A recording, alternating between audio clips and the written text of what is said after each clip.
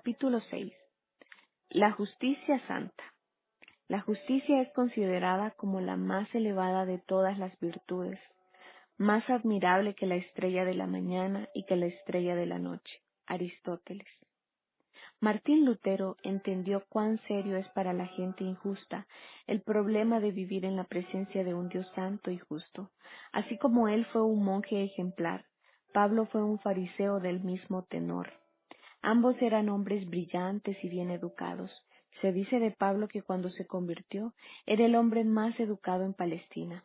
Al cumplir 21 años ya tenía el equivalente de 2 doctorados. Tuvo asimismo conflictos profundos con la ley, así como con el asunto de la justicia de Dios.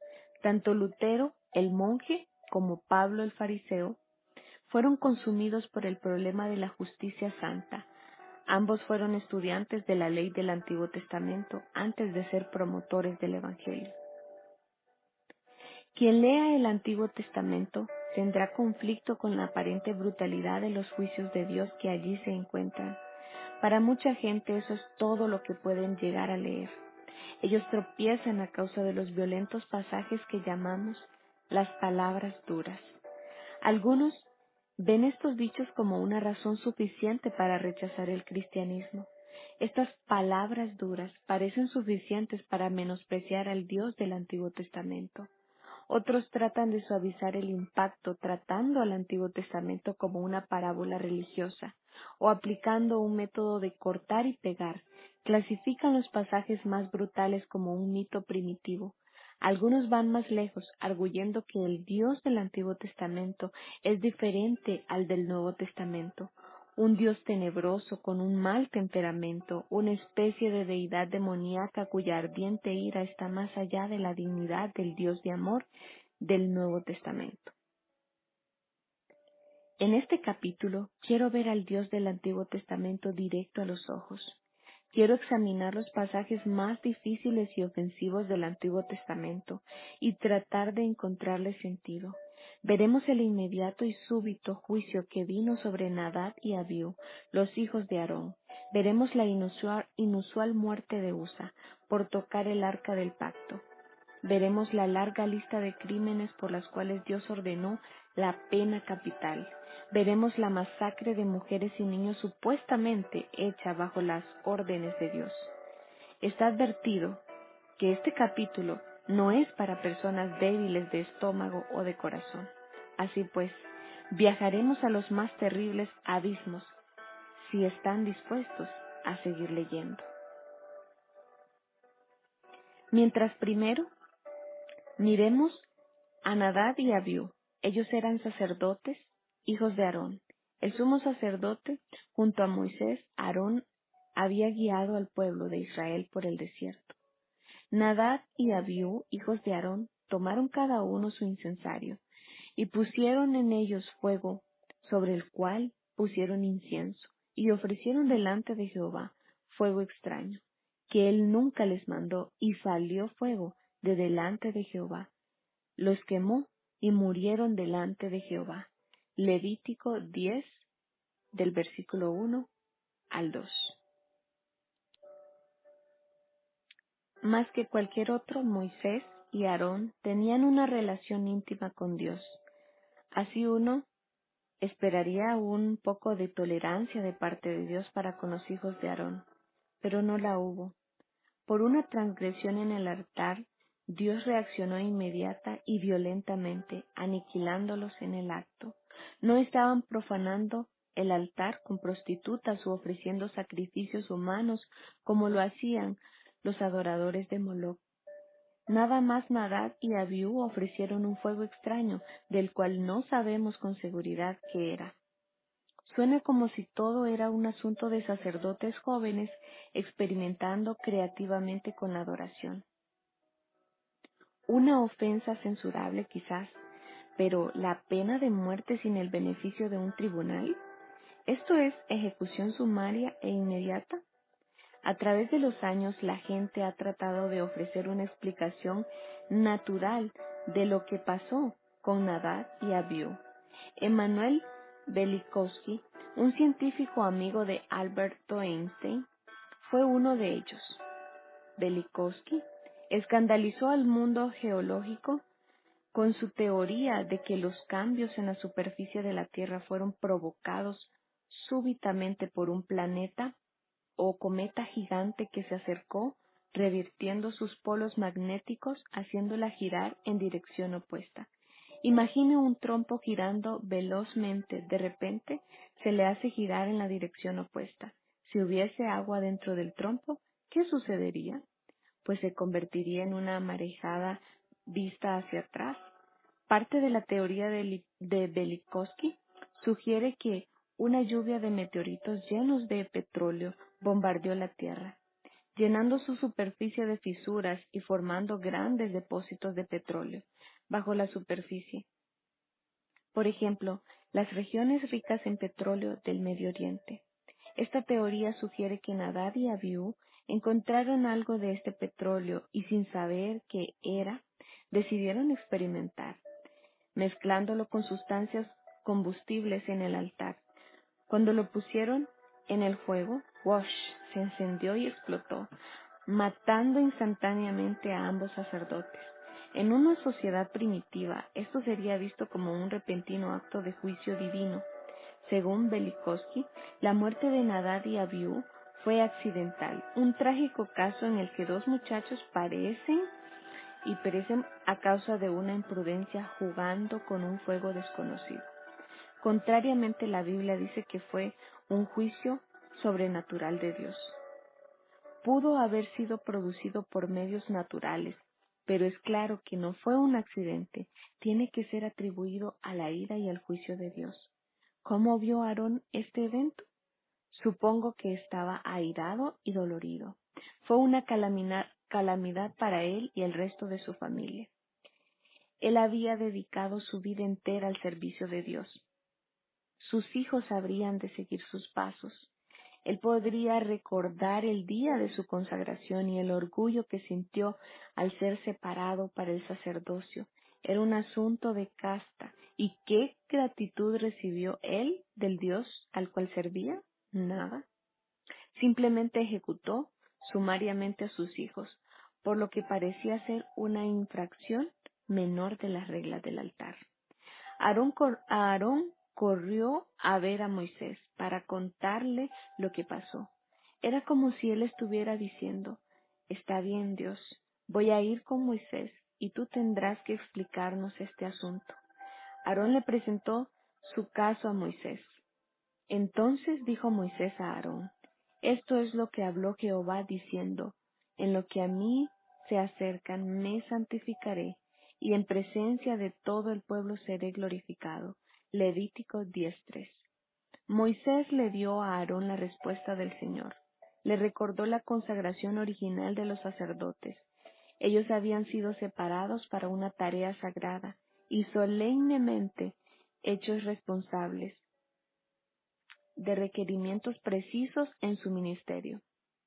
Tendrían el privilegio de ministrar delante de un Dios santo. Cada vasija en el tabernáculo estaba hecha a la medida y todo estaba santificado por el mandato de Dios. No había ambigüedad en los mandamientos con respecto al altar del incienso. Aarón y sus hijos fueron instruidos específicamente en la manera de proceder.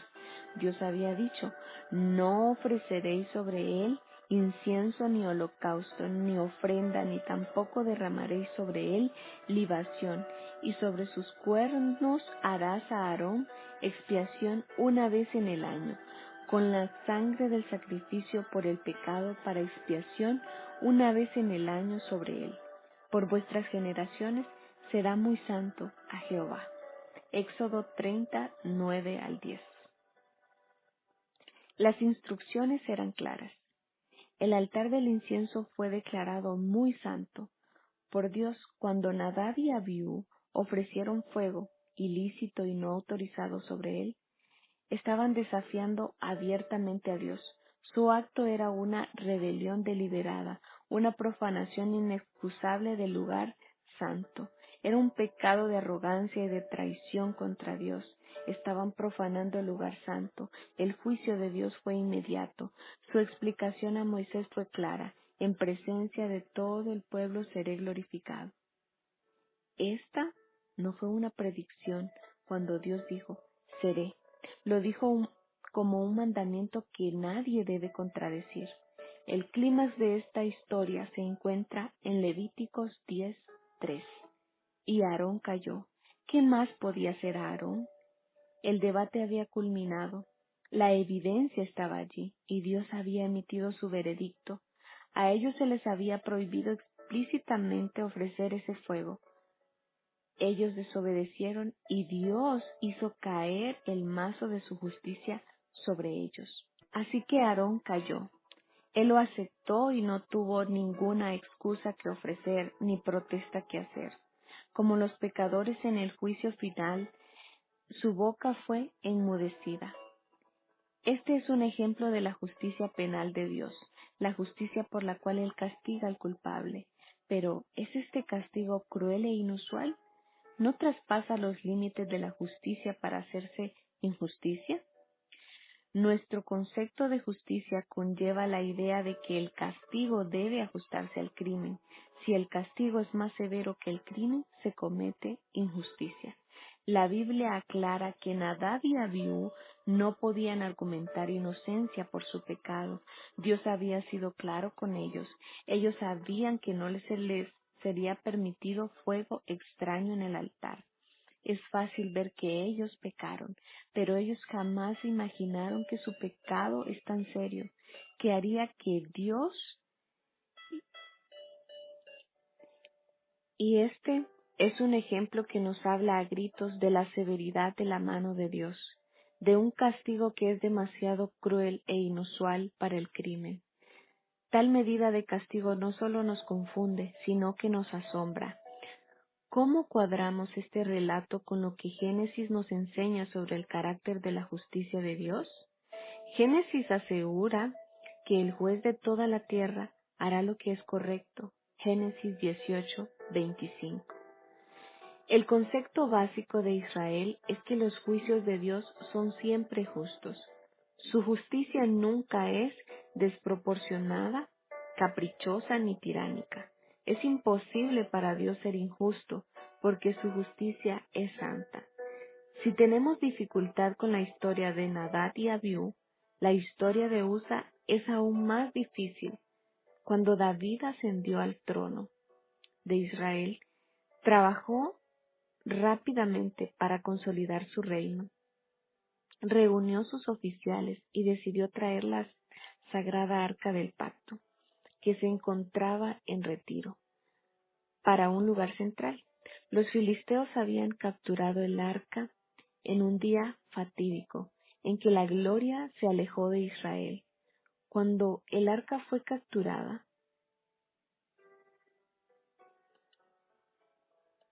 el más grande tesoro de Israel fue robado y llevado al templo pagano de Dagón. Al regresar el arca fue colocada en un lugar seguro, esperando el momento para su restauración pública a una posición de preeminencia en la nación. Finalmente vino la hora, y David deseaba ver la gloria de nuevo. Él dijo, traigamos el arca de nuestro Dios a nosotros, porque desde el tiempo de Saúl no hemos hecho caso de ella. Y dijo toda la asamblea que se hiciese así, porque la cosa parecía bien a todo el pueblo. Primera de Crónicas 13:3 y 4.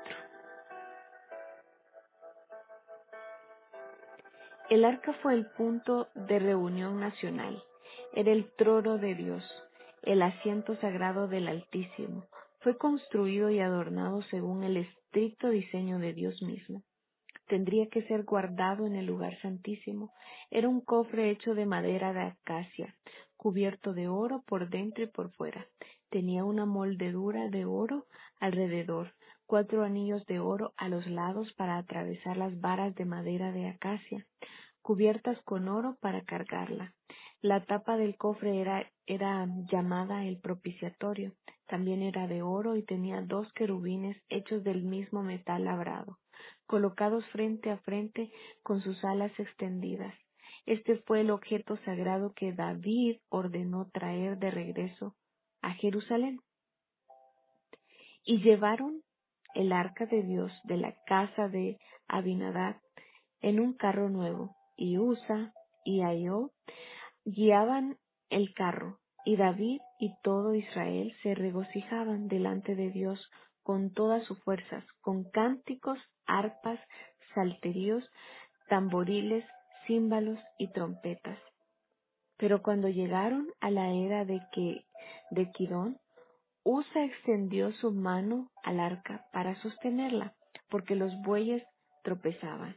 Y el furor de Jehová se encendió contra Usa y lo hirió porque había extendido su mano al arca y murió allí delante de Dios.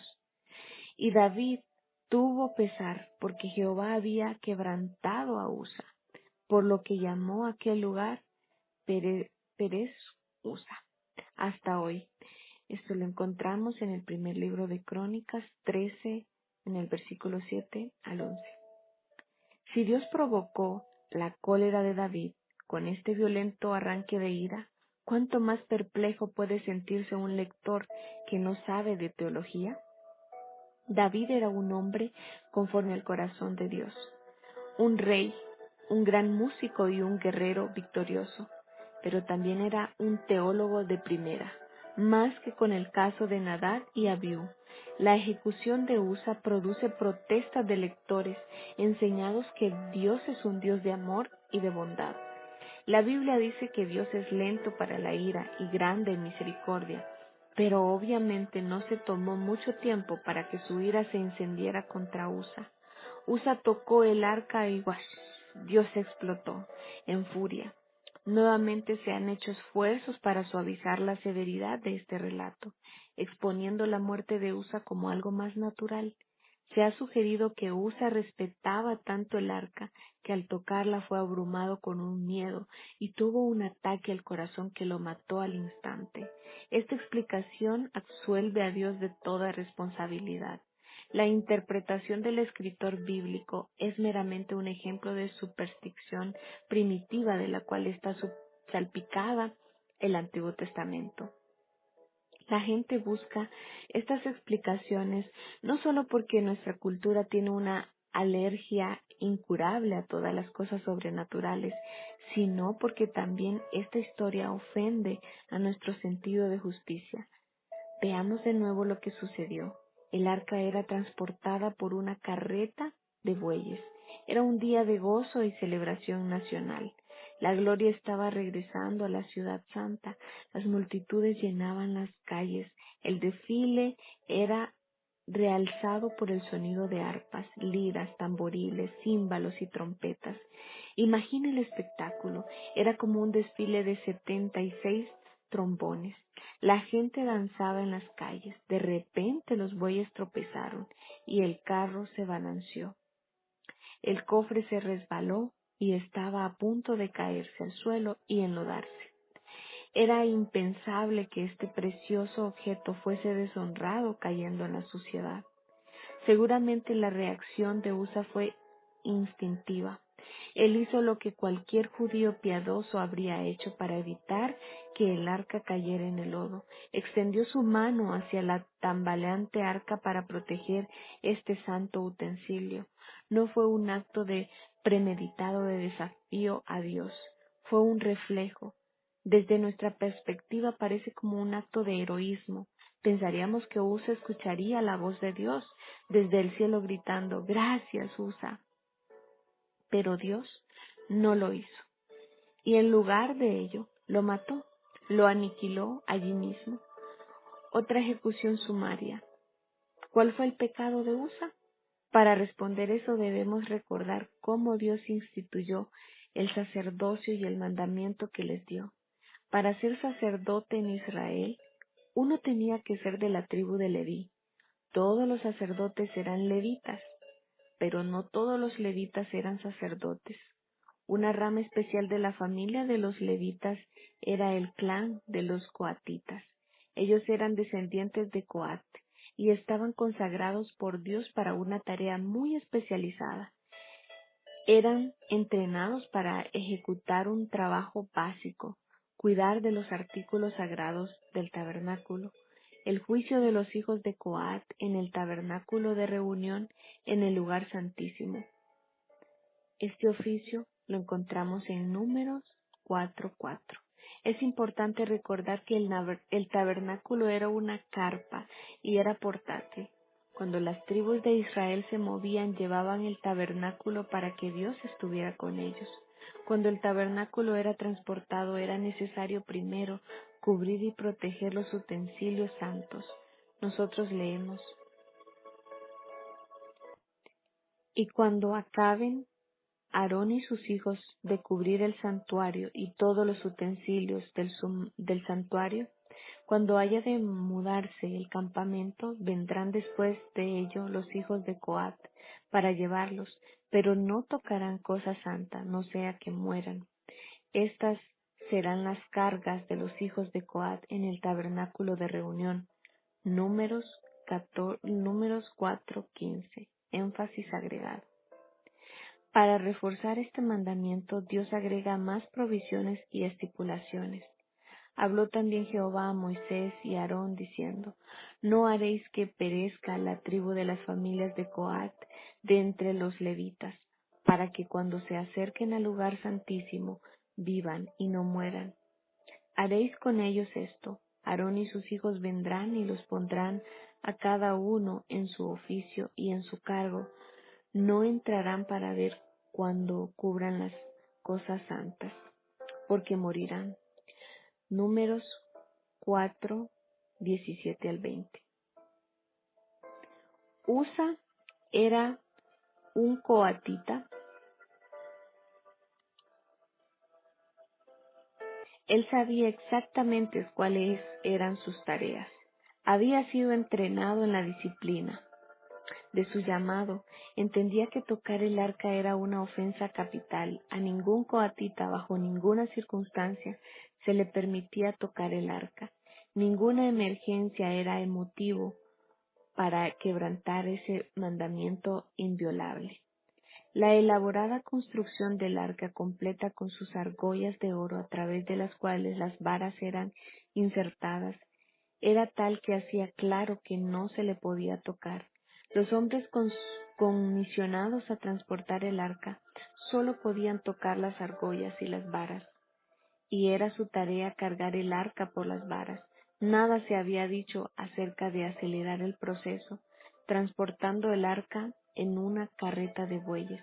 En primer lugar, ¿qué estaba haciendo el arca en una carreta de bueyes? Dios era tan estricto acerca de las cosas santas del tabernáculo que los coatitas no podían ni siquiera ver el arca. Esto era también un crimen capital. Dios decretó que si un coatita tan solo miraba por un instante el arca en el lugar santísimo, moriría. De modo que Usa no solo tenía prohibido tocar el arca, sino aún mirarla. Pero él la tocó. De todas maneras, alargó su mano y la colocó sobre el arca para evitar que cayera al suelo. ¿Fue este un acto de heroísmo santo? No, fue un acto de arrogancia, un pecado de pretensión. Usa asumió que su mano estaba menos contaminada que la tierra, pero no era la tierra o el lodo lo que profanaría el arca. Era era el toque del hombre. La tierra es una criatura obediente, hace lo que Dios le dice que haga, produce su cosecha a su tiempo, obedece las leyes de la naturaleza que Dios estableció. Cuando la temperatura baja a cierto punto se congela. Cuando se le agrega agua a la arena se hace lodo, tal como Dios lo diseñó. La tierra no comete traición cósmica. No hay nada contaminado acerca de la tierra.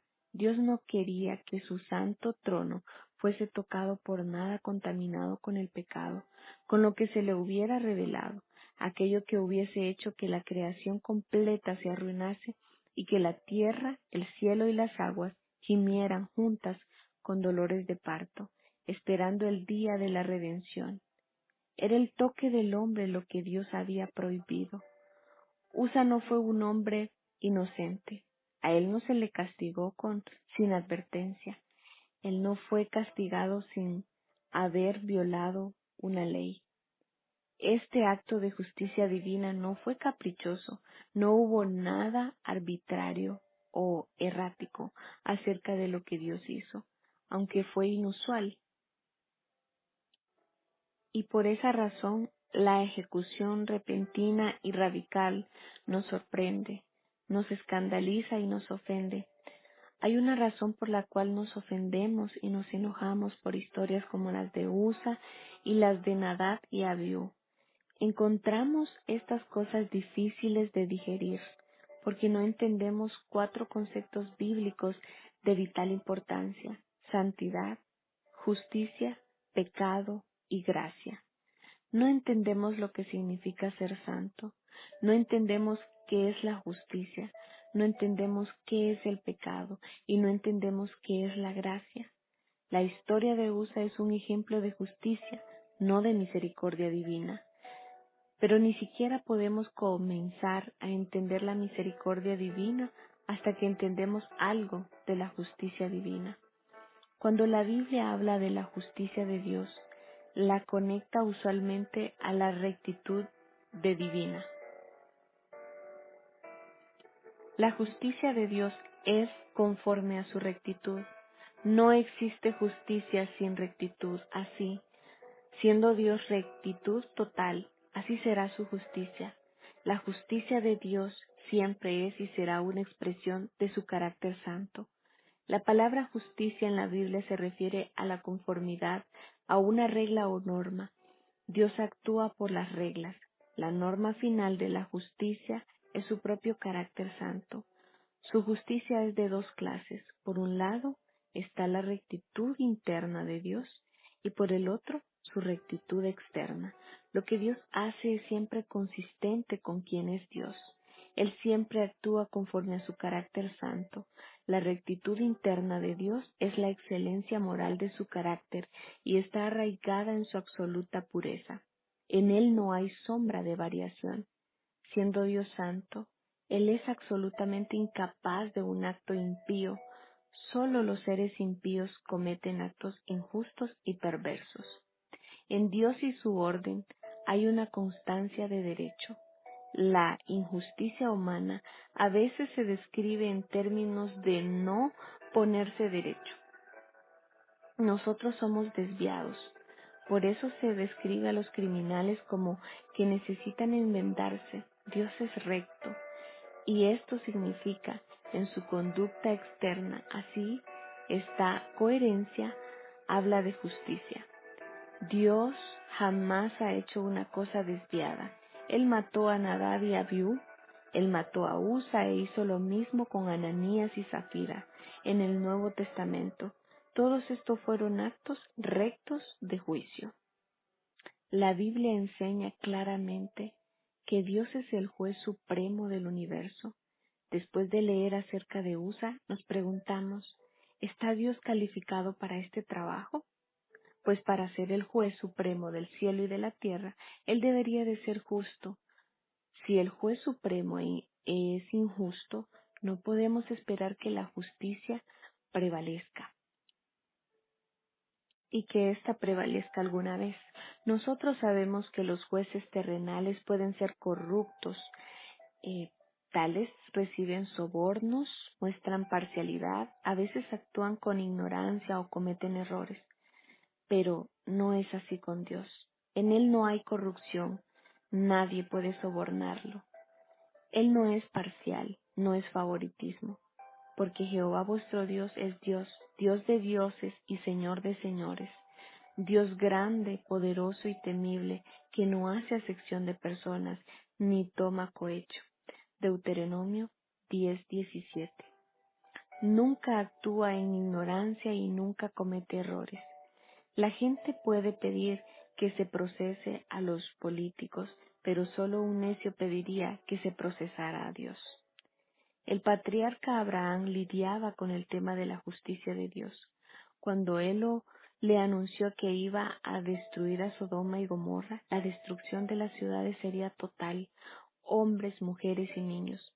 Abraham se turbó preocupado porque a causa de esta ira divina sobre las ciudades, gente recta perecería junto con los culpables. Si Dios arrastraba y arrasaba a las ciudades en un acto de juicio, Abraham temía que el juicio sería indiscriminado, así como un maestro castiga a toda la clase por los pecados de un alumno. Y se acercó a Abraham y dijo: ¿Destruirás también al justo con el impío? Quizás hayan 50 justos dentro de la ciudad. ¿Destruirás también y no perdonarás al lugar por amor a los 50 justos que están dentro de él? Lejos de ti el hacer tal, que hagas morir al justo con el impío, y que sea el justo tratado como el impío. Nunca tal hagas. El juez de toda la tierra no ha de hacer lo que es justo. Génesis 18, 23 al 25. El juez de toda la tierra no ha de ser lo que es justo. Jamás se ha hecho una pregunta más retórica que esta. Abraham asumió que matar a los justos junto con los males estaba lejos de toda posibilidad con Dios. Lejos de ti el hacer tal mal. En realidad Abraham no podía concebir cuán lejos era Dios de un acto así. No había la mínima posibilidad de que Dios condenara a los rectos junto con los culpables, porque Dios no hace eso. Si lo hiciera, cesaría de ser santo, cesaría de ser Dios. Dios estuvo dispuesto a condescender con Abraham y le dijo que si encontrara a 50 justos en la ciudad, él la perdonaría, o lo haría por 45, o por 30, o por 10. En este punto Abraham solo tenía que encontrar 10 personas justas para que Dios perdonara la ciudad. El texto implica que Dios hubiera perdonado la ciudad por una sola persona, si Abraham la hubiese encontrado. ¿Y qué sucedió a Sodoma y a Gomorra? Y subió Abraham por la mañana al lugar donde había estado delante de Jehová, y miró hacia Sodoma y Gomorra, hacia toda la tierra de aquella llanura. Miró, y he aquí que el humo subía de la tierra como el humo de un horno. Génesis 19, 27 al 28. El juez del cielo y de la tierra hizo lo recto. Ninguna persona inocente fue castigada. La justicia de Dios nunca está divorciada de su rectitud. Él jamás condena al inocente, nunca absuelve al culpable, nunca castiga con severidad excesiva, nunca falla en recompensar a los justos, porque su justicia es perfecta.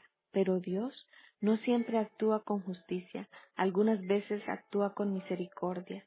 La misericordia no es justicia, pero tampoco es injusticia.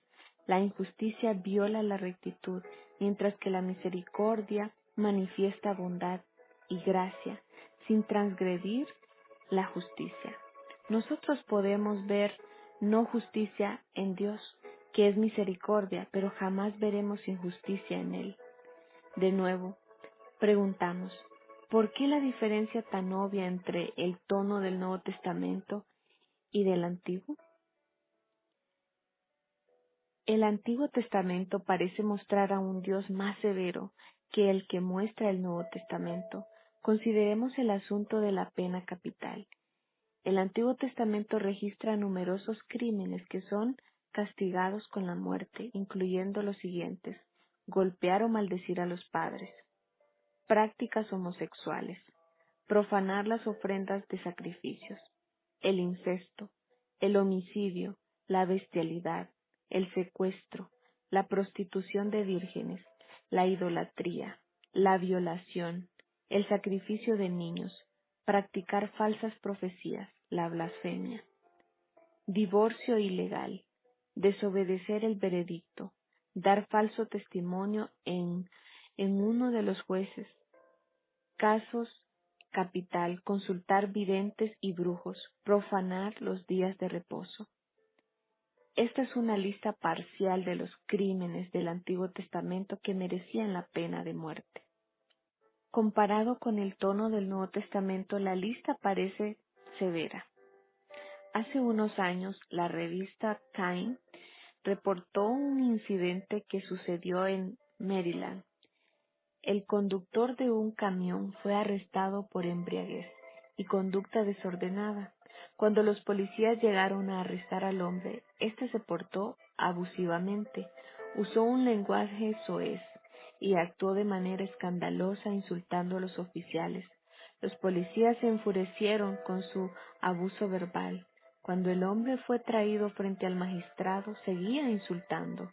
La pena máxima fue aquella que el magistrado podía imponerle por embriaguez y conducta desordenada. Era una multa de $100 y 30 días de cárcel. El magistrado se enojó tanto que quiso sentenciarlo al máximo, así que encontró una antigua ley en los libros de Maryland, que, aunque estaba en desuso, aún estaba vigente. El astuto prohibía la blasfemia pública. Así lo proclamaba el estatuto.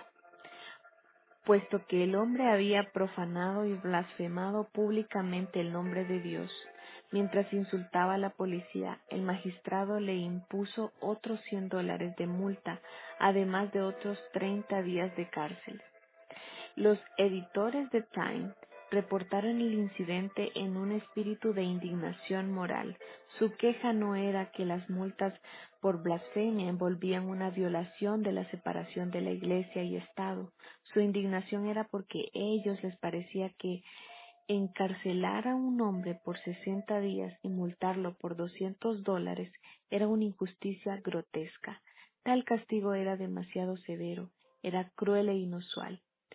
Evidentemente, el editor de la revista no estaba molesto por las multas impuestas por embriaguez y conducta desordenada.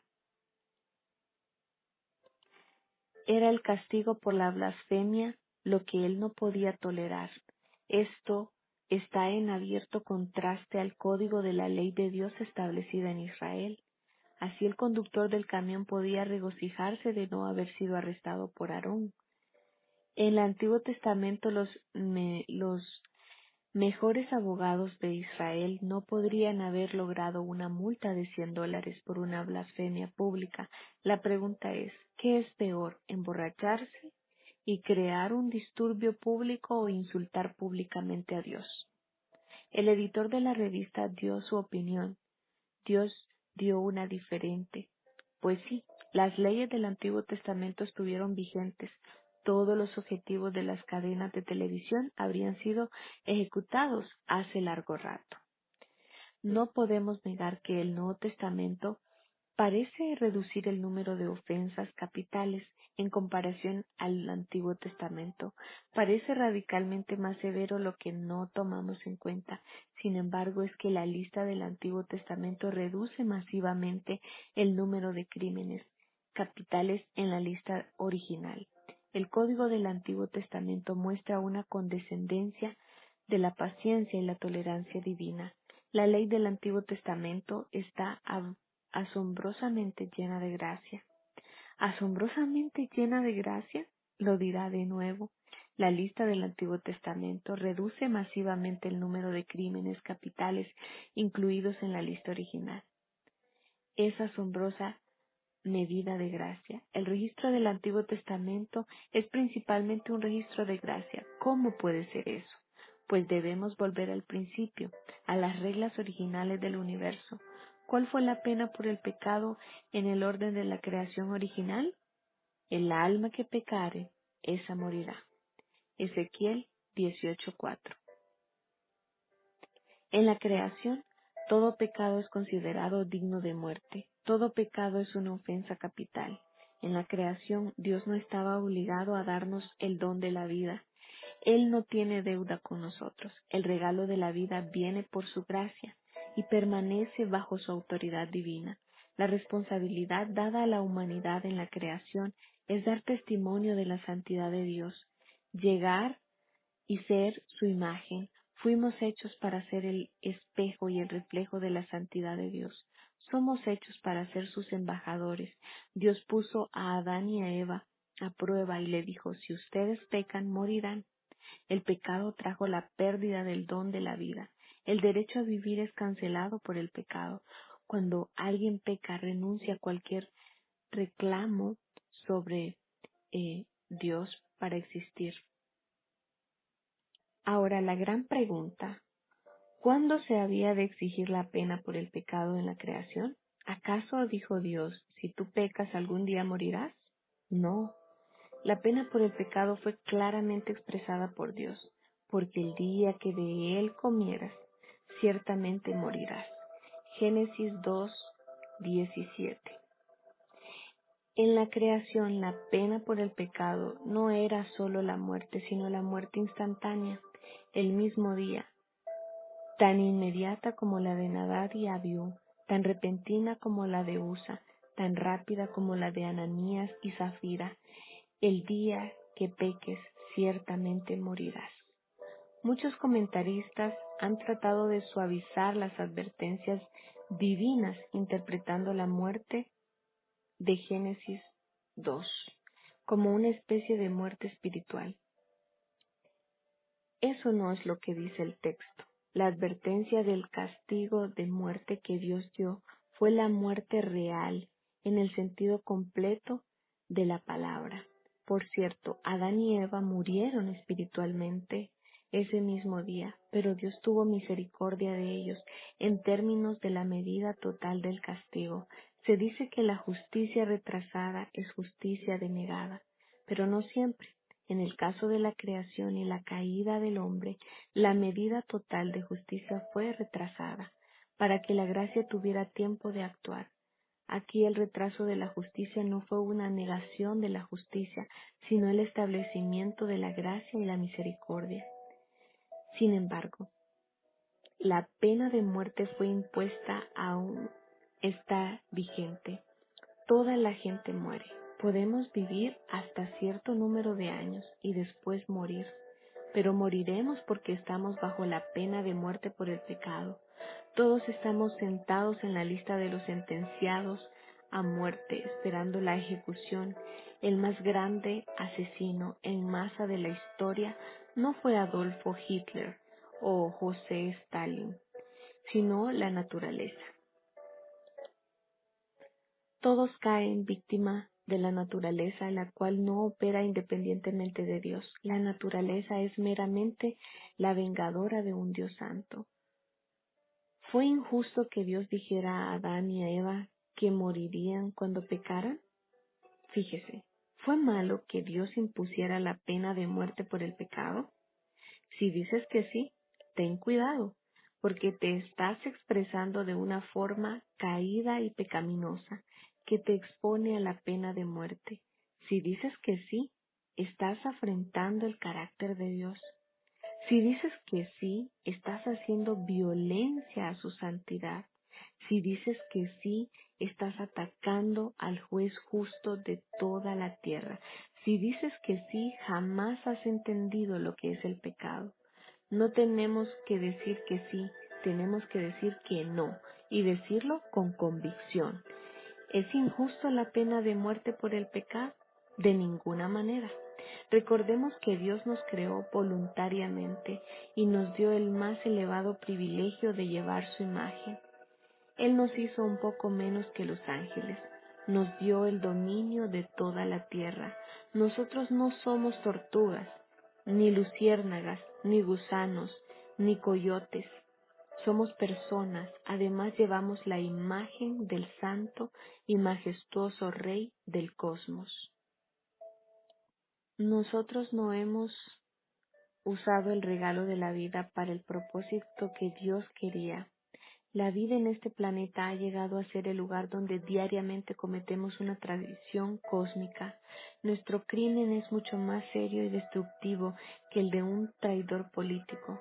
Ningún traidor a la patria o al rey ha cometido una traición tan perversa como la que nosotros cometemos delante de Dios. El pecado es una traición cósmica en contra de un soberano puro y perfecto. Es un acto de suprema ingratitud hacia aquel a quien le debemos todo, a quien nos ha dado la vida misma. ¿Ha considerado usted alguna vez las profundidades que implica del menor de los pecados del más diminuto pecadillo? ¿Qué le estamos diciendo a nuestro Creador cuando le desobedecemos en lo más pequeño? Le estamos diciendo no a su justicia. Le estamos diciendo, Dios, tu ley no es buena, mi juicio es mejor que el tuyo, tu autoridad no tiene que ver conmigo. Yo estoy por encima y más allá de tu jurisdicción. Yo tengo el derecho de hacer lo que quiera, no lo que tú me mandes. El pecado más pequeño es un acto de desafío contra la autoridad cósmica, es un acto rebelde en el cual nos ponemos en oposición a quien se lo debemos todo. Es un insulto a su santidad, nos convierte en falsos testigos de Dios. Cuando pecamos siendo portadores de la imagen de Dios, le estamos diciendo a la creación entera, a toda la naturaleza, bajo nuestro dominio, a las aves del cielo y a las bestias del campo. Así es Dios y así es como el Creador se comporta. Miren, en este espejo, mírenos y verán el carácter del Todopoderoso. Le decimos al mundo, Dios es codicioso, cruel, amargado, homicida, ladrón, mentiroso, adúltero. Dios es todas las cosas que nosotros hacemos. Cuando la gente se une en el pecado, hablan de reyes y reinos. Es la peor conspiración. Nosotros pretendemos la corona y conspiramos contra el trono diciéndole a Dios, nosotros no queremos que tú reines sobre nosotros. El salmista lo puso así. ¿Por qué se amotinan las gentes y los pueblos piensan cosas vanas? Se levantarán los reyes de la tierra y los príncipes consultarán unidos contra Jehová y contra su ungido, diciendo, rompamos sus ligaduras y echemos de nosotros sus cuerdas. Salmos 2 del 1 al 3. Cuando pecamos no solo cometemos traición contra Dios, sino que también para con nuestros semejantes. El pecado viola a la gente. No hay nada abstracto acerca de ello. Con mi pecado yo hiero a seres humanos, lastimo su personalidad, los despojo de sus bienes, arruino su reputación, les robo su calidad preciosa de vida, desmenuzo sus sueños y aspiraciones de ser felices y demás calamidades. Cuando deshonro a Dios, deshonro a toda la gente que es hecha a su imagen. ¿Es entonces extraño que Dios tome el pecado tan seriamente? Hans Küng, el controversial teólogo católico romano, escribiendo acerca de los aparentes severos juicios de Dios en el Antiguo Testamento, dice que el aspecto más misterioso del pecado no es que el pecador merezca morir, sino que el pecador siga viviendo en la mayoría de los casos. Küng hace la pregunta correcta. El problema no es porque Dios castiga el pecado, sino porque Él permite que la rebelión humana continúe. ¿Qué príncipe, rey o gobernante desplegaría tanta paciencia con una población tan continuamente rebelde? La clave para la observación de Kuhn es que él habla de pecadores que siguen sobreviviendo en el caso común, es decir, que es usual en Dios que Él sea condescendiente. Por cierto, Él es paciente, tolerante, lento para la ira. De hecho, Él es tan lento para irarse que cuando su ira se desata, nos escandalizamos y nos ofendemos por ello. Con ligereza, nosotros olvidamos que la paciencia de Dios es para guiarnos al arrepentimiento, para darnos tiempo para la salvación. Y en lugar de aprovechar su paciencia viniendo humildemente a Él para ser perdonados, abusamos de esa gracia para cometer más pecado y cada vez más grande e insolencia. Nos engañamos a nosotros mismos y pensamos que Dios no le importa nuestro pecado o que no puede castigarnos. La necedad suprema es cuando pensamos que a pesar de nuestra rebelión saldremos bien librados, de manera que lejos de ser historia de un Dios cruel, el Antiguo Testamento es el registro de un Dios que es extremadamente paciente, pues es la historia de un Dios, de un Dios que guía a un pueblo de dura cerviz, que se rebeló repetidamente contra Dios. Cuando este pueblo fue esclavo en tierra extraña y clamó a Dios, Él escuchó sus gemidos y lo redimió. Les partió el mar rojo para sacarlos de su esclavitud, y ellos respondieron adorando a un becerro de oro. Pero aún tenemos que resolver la difícil pregunta de lo que sucedió en la conquista de Canaán. Allí Dios mandó explícitamente la masacre de hombres, mujeres y niños. Israel poseyó la tierra prometida con espada y sangre, sangre de niños y mujeres. Fue Dios quien dio la orden directa para ese daño de sangre. Cuando Jehová tu Dios te haya introducido en la tierra en la cual entrarás para tomarla y haya echado de delante de ti a muchas naciones, al Eteo, al Gergeseo, al Amorreo, al Cananeo, al Fereceo, al Heveo y al Jebuseo, 7 naciones mayores y más poderosas que tú, y Jehová tu Dios las haya entregado delante de ti y las hayas derrotado, las destruirás del todo y no harás con ella alianza, ni tendrás de ellas misericordia. Deuteronomio 7 del 1 al 2. ¿Por qué dio Dios ese mandato? ¿Cómo pudo haber ordenado la masacre de mujeres y niños? Aquí de nuevo encontramos intentos modernos para suavizar estos eventos. Un curso de estudios para estudiantes de escuela superior preparado por una organización cristiana en los Estados Unidos explica que a la luz de la revelación del amor de Dios en el Nuevo Testamento sabemos que Dios jamás ordenó algo tan violento. El Antiguo Testamento solamente el registro de un grupo de guerreros hebreos primitivos que trataron de justificar sus prácticas crueles, atribuyéndoselas al mandato divino. Los escritores del curso no creyeron que Dios hubiese dado jamás ese mandato. Para ellos fue el caso de una intrusión de mitología dentro del registro bíblico, pero tales interpretaciones pasan por alto algunos aspectos vitales del asunto. Primero, hay un precedente histórico mucho más severo que el de la conquista de Canaán, que es el diluvio. En el diluvio Dios destruyó la población entera del mundo, excepto a Noé y su familia. El diluvio fue una conquista de Canaán a gran escala. Segundo y más importante, esta interpretación no entiende la naturaleza del pecado.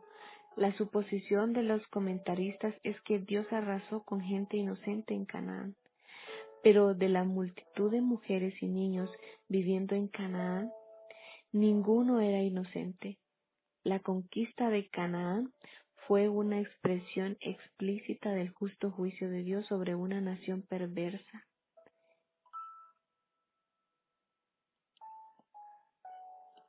Él le aclaró este punto a Israel y también les aclaró que ellos tampoco eran inocentes. No fue como si Dios hubiese destruido a un pueblo perverso por causa de un pueblo justo.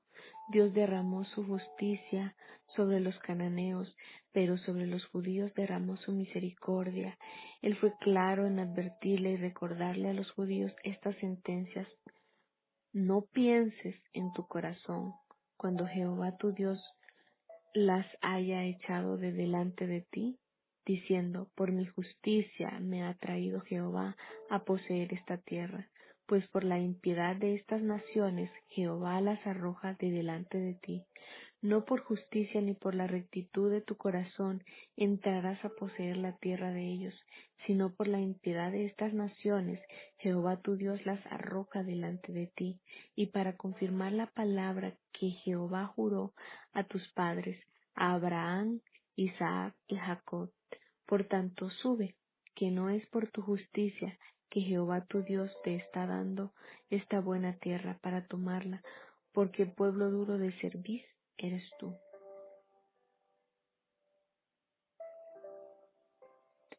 3 veces en este pasaje Dios le recordó al pueblo de Israel que no fue por su justicia que él derrotó a los cananeos. Él quería dejar esto claro para que Israel no fuera tentado a pensar que Dios estaba de parte de ellos por ser mejores que las naciones paganas. El anuncio de Dios hizo imposible esta inferencia. La santidad de Dios es la esencia de la conquista de Canaán. Fue por su santidad que este acto fue ordenado por un lado. Dios actuó para castigar al insulto a su santidad que era perpetuado diariamente por los cananeos. Por el otro, Él estaba preparando una tierra y una nación para un propósito santo. Dios mandó que no fuese mostrada misericordia hacia los habitantes de la tierra. Su explicación fue esta: y no emparentarás con ellas, no darás tu hija a su hijo, ni tomarás a su hija para tu hijo, porque desviará a tu hijo de en pos de mí, y servirán a dioses ajenos, y el furor de Jehová se encenderá sobre vosotros, y te destruirá pronto. Mas así habéis de hacer con ellos: sus altares destruiréis, quebraréis sus estatuas y destruiréis sus imágenes de acera, y quemaréis sus esculturas en el fuego, porque tú eres pueblo santo para Jehová tu Dios. Jehová tu Dios te ha escogido para hacerle un pueblo especial, más que todos los pueblos que están sobre la tierra. Deuteronomio 7, 3 al 6.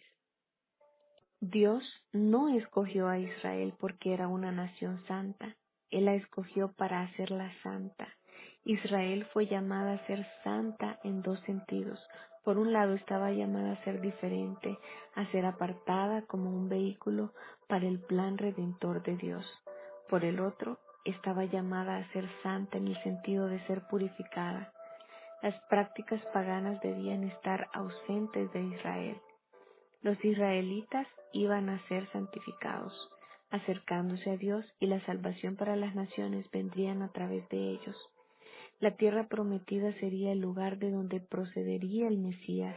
No había espacio para los santuarios o los ritos paganos. Dios ordenó que la región fuese arrasada a fin de purgar la tierra para salvación futura.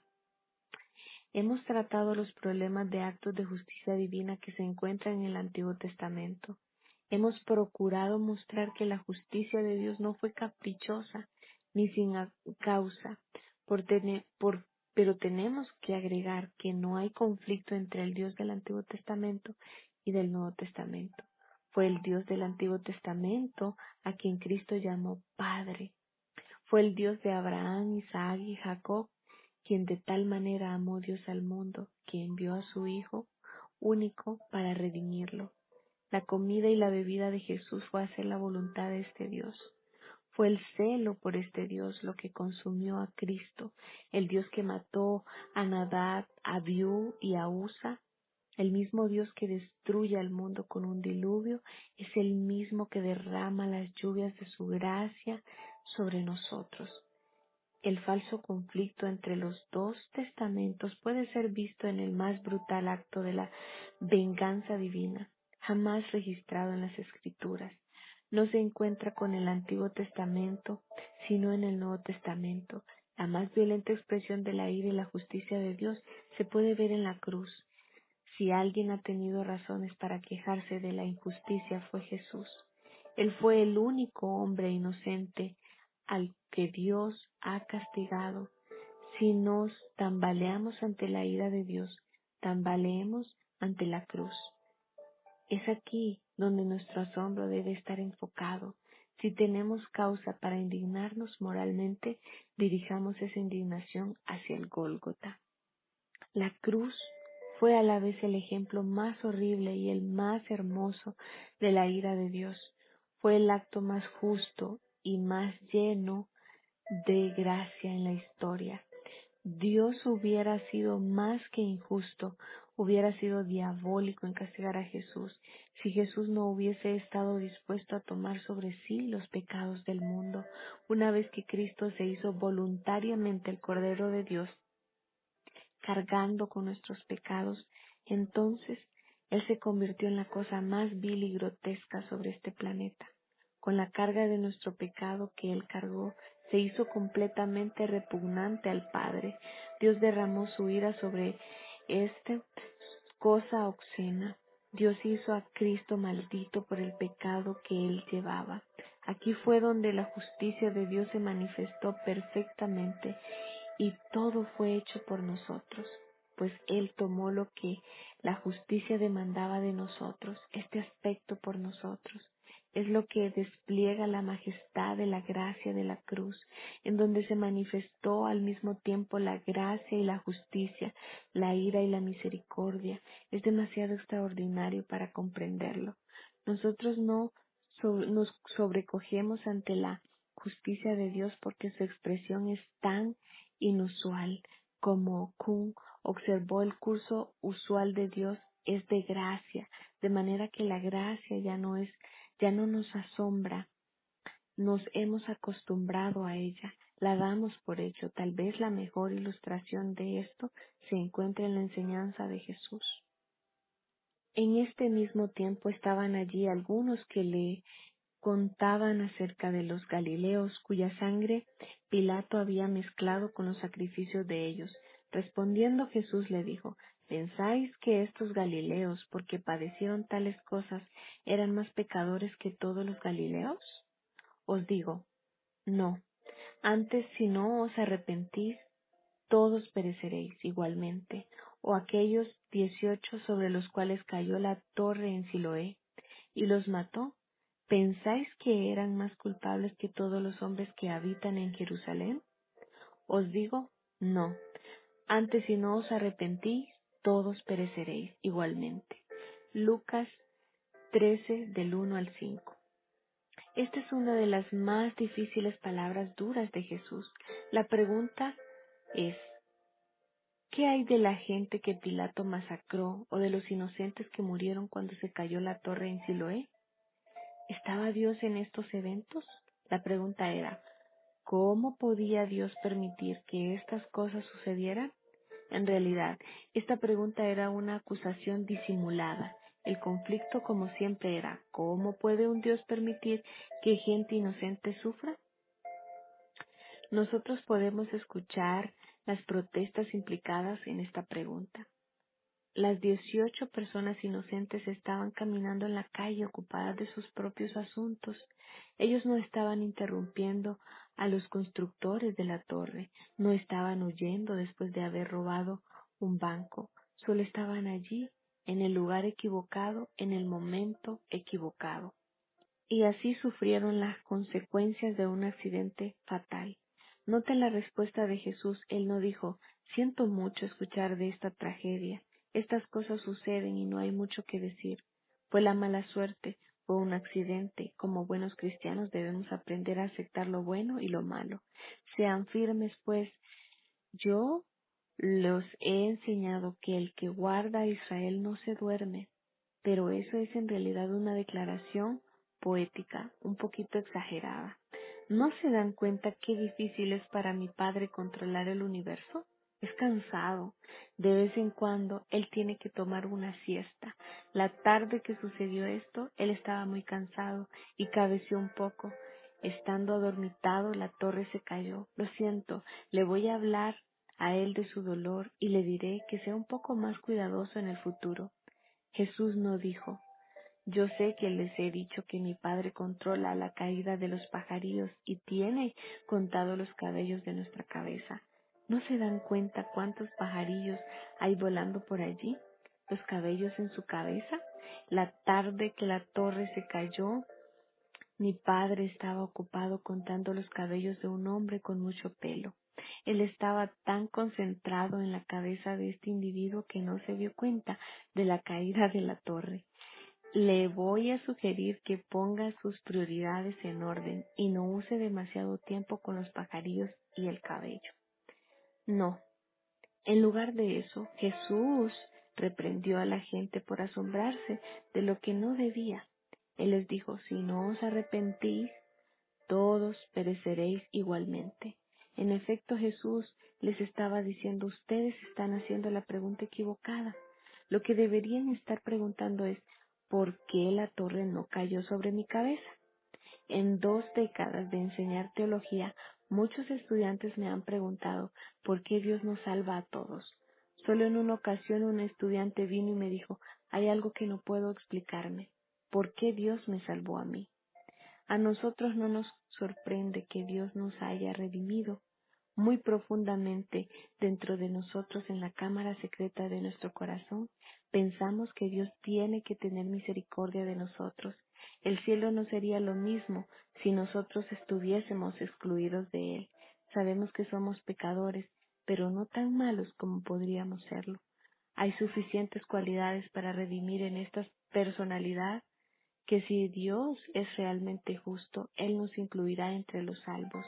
Lo que nos asombra es la justicia, no la gracia.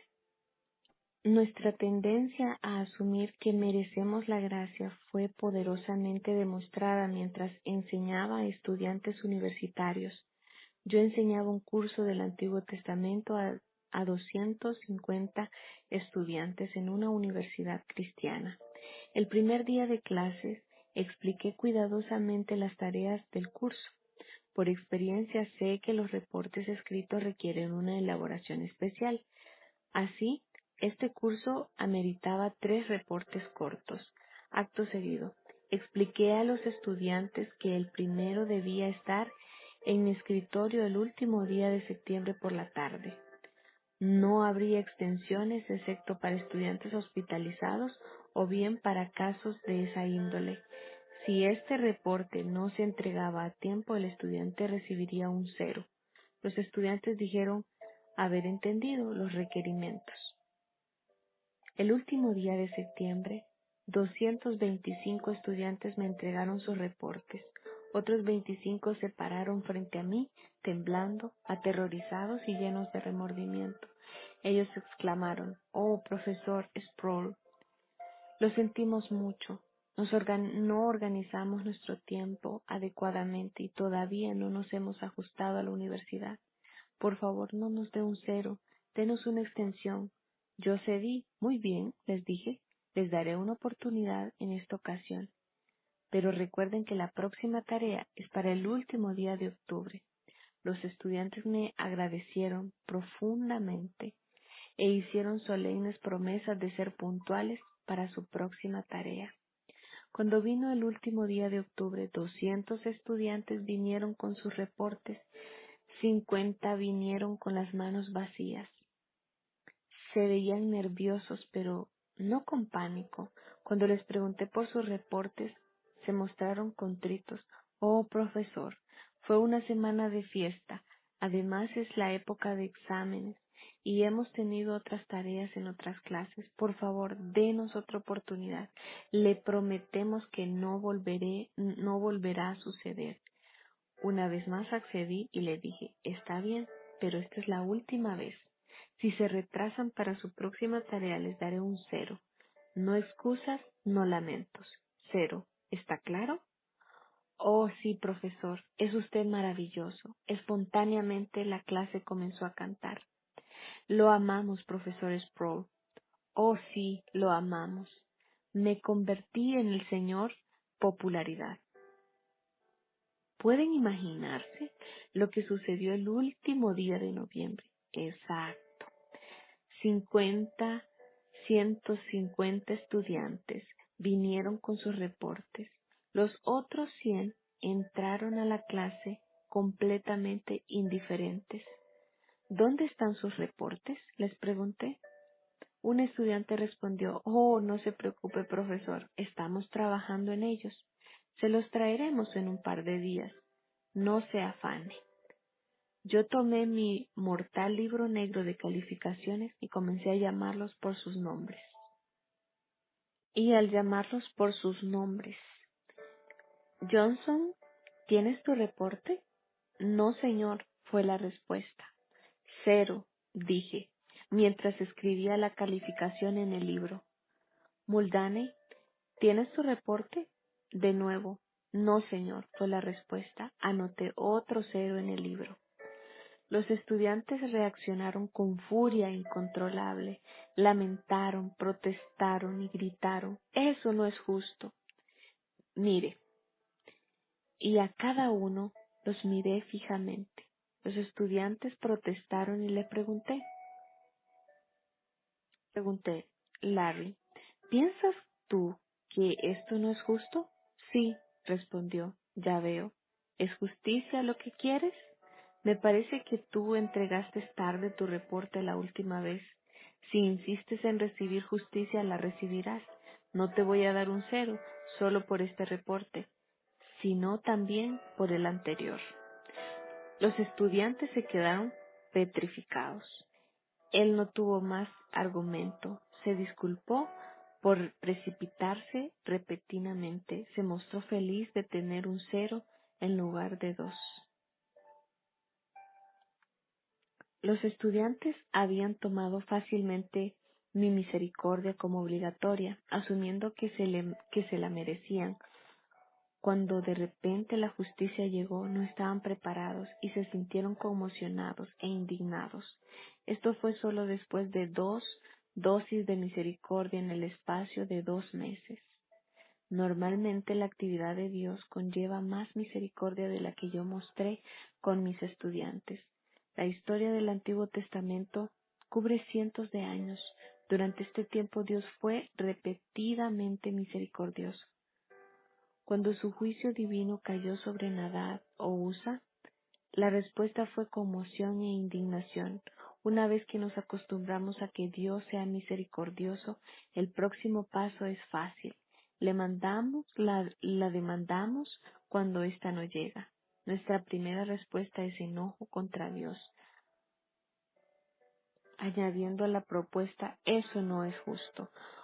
Olvidamos rápidamente que con nuestro primer pecado hemos renunciado a todos los derechos del regalo de la vida, que el tener aire para respirar por la mañana es un acto de misericordia divina.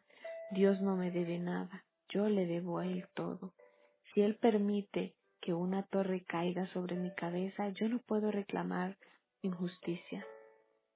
Uno de nuestros problemas básicos es la confusión de la justicia con la misericordia. Vivimos en un mundo donde suceden las injusticias.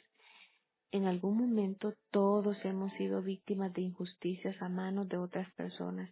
La gente se relaciona una a la otra con injusticia. Una cosa es cierta, no importa cuánta injusticia haya yo recibido de manos de otra persona, yo nunca he sufrido la más mínima injusticia de la mano de Dios. Supongamos que una persona me acusa falsamente de robar dinero. Yo soy arrestado y llevado a prisión. Humanamente he sido víctima de una gran injusticia y tengo todo el derecho de clamar a Dios y pedirle reivindicación en este mundo. Puedo quejarme de haber sido perseguido falsamente. Dios está airado con la gente que me ha puesto injustamente en la prisión y promete reivindicarme algún día. Las injusticias son reales y suceden todos los días en este mundo, pero todas esas injusticias que sufrimos son de naturaleza horizontal. Ellas suceden de los personajes de este mundo. Sin embargo, más allá y por encima de este mundo está el gran juez de todos. Mi relación con él es vertical. En términos de esa relación vertical, yo nunca sufro injusticia. Aunque la gente me maltrate, Dios nunca lo hace. El hecho de que Dios permita a una persona tratarme injustamente es justo de parte de Dios. Aunque yo puedo quejarme con Dios acerca de esta injusticia humana horizontal que he sufrido, yo no puedo acusar a Dios de cometer una injusticia vertical para permitir que tal injusticia caiga sobre mí. Dios sería perfectamente justo si permitiese que me arrojaran en una prisión de por vida por un crimen que yo no cometí. Yo puedo ser inocente delante de otra gente, pero soy culpable delante de Dios. Con frecuencia culpamos a Dios por las injusticias hechas contra nosotros y abrigamos a nuestras almas la amargura, sensación de que Dios no ha sido justo con nosotros, aun si reconocemos que Él es un Dios de gracia. Pensemos que no ha sido lo suficiente con nosotros. Pensamos que merecemos más, por favor. Fíjese en esta oración de nuevo. Nosotros pensamos que merecemos más gracia. ¿Cuál es el problema con esta oración? Gramaticalmente está bien, pero hay algo terriblemente equivocado con su contenido y su significado. Es imposible que alguien en algún lugar, en algún momento merezca la gracia. La gracia es por definición inmerecida. Tan pronto como hablamos de merecer algo, ya no estamos hablando de gracia, sino de justicia. Solo la justicia puede ser merecida. Dios nunca está obligado a ser misericordioso. La misericordia y la gracia tienen que ser voluntarias y ya no son misericordia y gracia. Dios nunca debe gracia. Él nos recuerda más de una vez, tendré misericordia de quien yo tenga misericordia. Éxodo 33:19. La misericordia es una prerrogativa divina. Dios reserva para sí mismo el supremo derecho de otorgar clemencia. Suponga que 10 personas cometen el mismo pecado. Suponga que Dios castiga a 5 de ellos y tiene misericordia de los otros 5. ¿Es esto injusticia? No. En este caso, 5 personas reciben justicia y 5 misericordia. Ninguno recibe injusticia. Lo que nosotros usualmente asumimos es esto. Si Dios es misericordioso con 5, tiene que ser igualmente misericordioso con los otros 5. ¿Por qué? Él nunca está obligado a ser misericordioso. Si Él tiene misericordia de 9 personas entre 10, la 10ª no puede reclamar ser víctima de injusticia. Dios nunca le debe misericordia a nadie.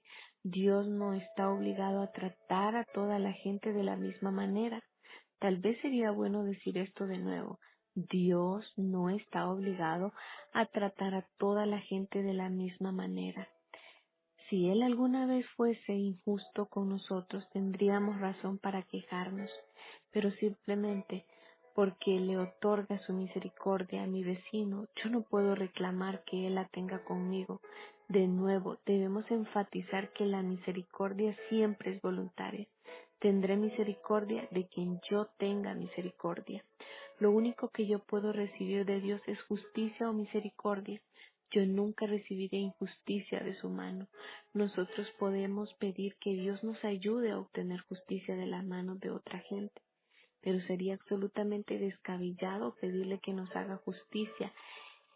Él mismo, yo advierto a mis estudiantes, jamás le pidan a Dios justicia, podrán conseguirla. Es la confusión entre la justicia y la misericordia lo que nos hace encogernos de horror.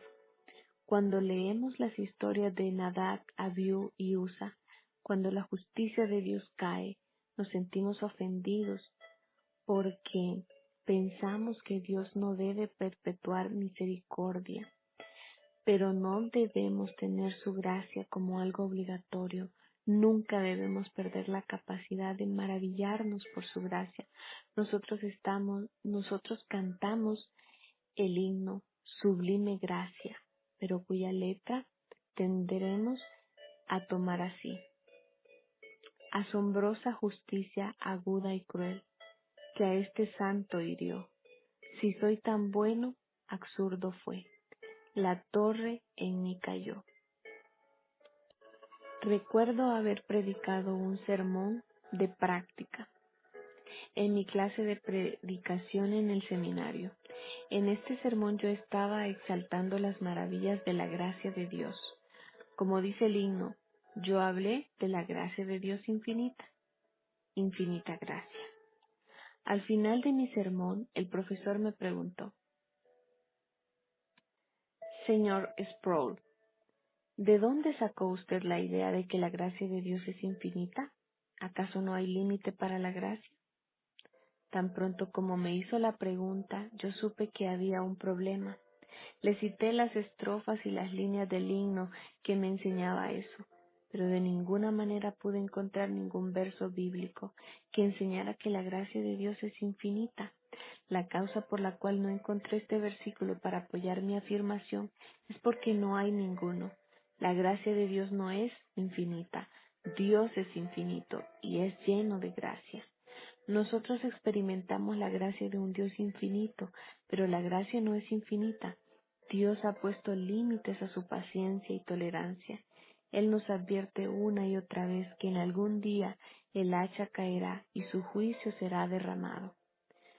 Puesto que nuestra tendencia es a asumir que la gracia siempre tiene que demostrarse, yo supongo que Dios vio la necesidad de recordarnos de vez en cuando que su gracia no debe de ser asumida en ciertos momentos raros y dramáticos, muestra el terrible poder de su justicia. Él mató a Nadab, a Abiú, mató a Usa, ordenó la masacre de los cananeos, como si estuviera diciendo, tengan cuidado, mientras ustedes disfrutan los beneficios de mi gracia, no se olviden de mi justicia, no olviden la gravedad del pecado, recuerden que yo soy santo.